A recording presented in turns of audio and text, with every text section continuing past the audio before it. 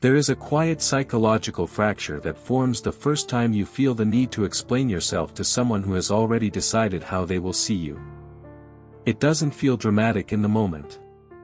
It feels reasonable. You think you are clarifying. You think you are preventing misunderstanding. What you don't realize is that you have already stepped into a position where your internal stability is being negotiated. From that point on, respect is no longer automatic, it becomes conditional, fragile, and constantly at risk of slipping through your fingers.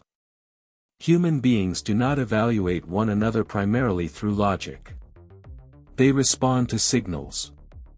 Tone, pacing, posture, restraint, the absence of urgency, these are the elements that shape perception long before meaning is processed. When you explain yourself, especially when it is not explicitly required, you send a signal that the situation holds power over you. You reveal that the outcome matters more to you than it does to the other person. This imbalance is not judged morally, it is registered instinctively. Carl Jung understood that much of human interaction operates beneath conscious intention.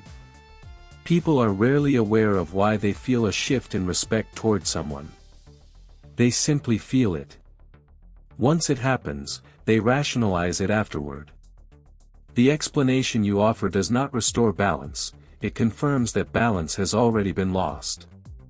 What weakens your position is not the content of your words, but the psychological posture from which those words emerge.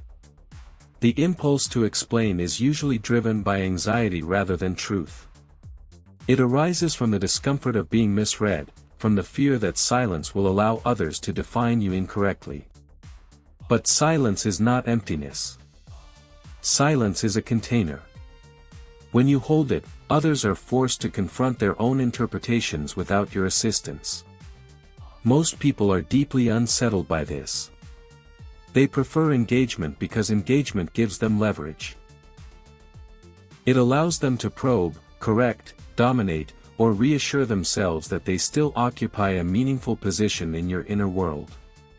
When you remove explanations, you remove access. That removal creates tension. Tension reveals hierarchy. People who command respect are not those who speak the most clearly, but those who appear least internally disturbed by misunderstanding. Their calm is not performative, it is structural. They do not rush to close psychological gaps. They allow discomfort to exist.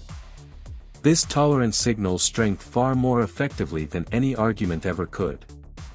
Excessive explanation often masquerades as honesty, but it functions as exposure.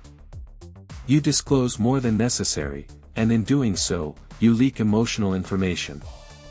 Others learn where you are sensitive, what unsettles you, where pressure can be applied. Even well-intentioned listeners absorb this data unconsciously. Respect erodes not because they judge you harshly, but because they feel they are standing on firmer ground than you are.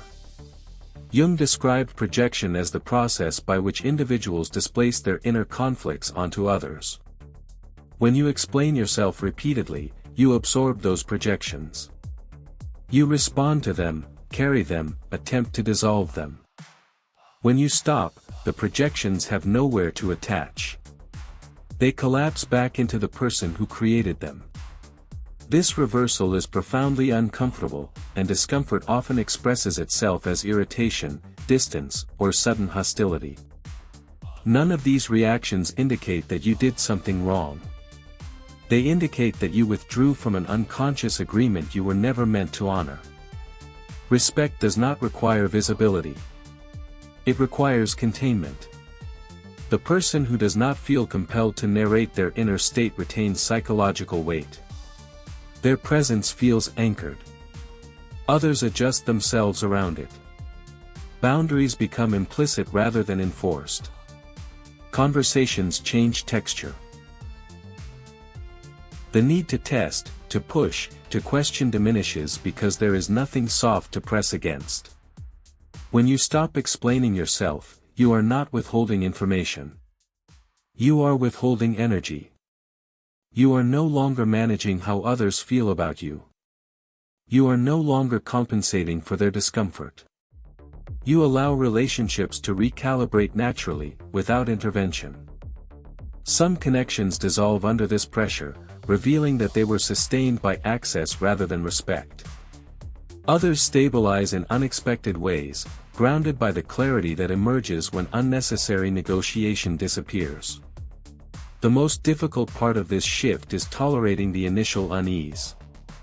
Silence invites interpretation, and interpretation invites uncertainty. But certainty that depends on constant explanation is not certainty at all, it is maintenance. The individuals Jung admired most were those who could remain psychologically upright while being temporarily misunderstood. They did not correct every assumption. They did not rush to protect their image. They trusted that coherence would express itself over time through consistency rather than commentary. The moment you stop explaining yourself is the moment you reclaim authorship over your inner world. You stop outsourcing your sense of legitimacy. You stop reacting to narratives that were never yours to fix. What follows is not instant approval, but something more durable. A shift in how people orient themselves toward you. A hesitation before intrusion. A recalibration of tone. A quiet recognition that access now has limits. Respect returns not because you demanded it, but because you removed the conditions under which it could be eroded. If you understood, welcome to the club. Rise or repeat. The choice is yours.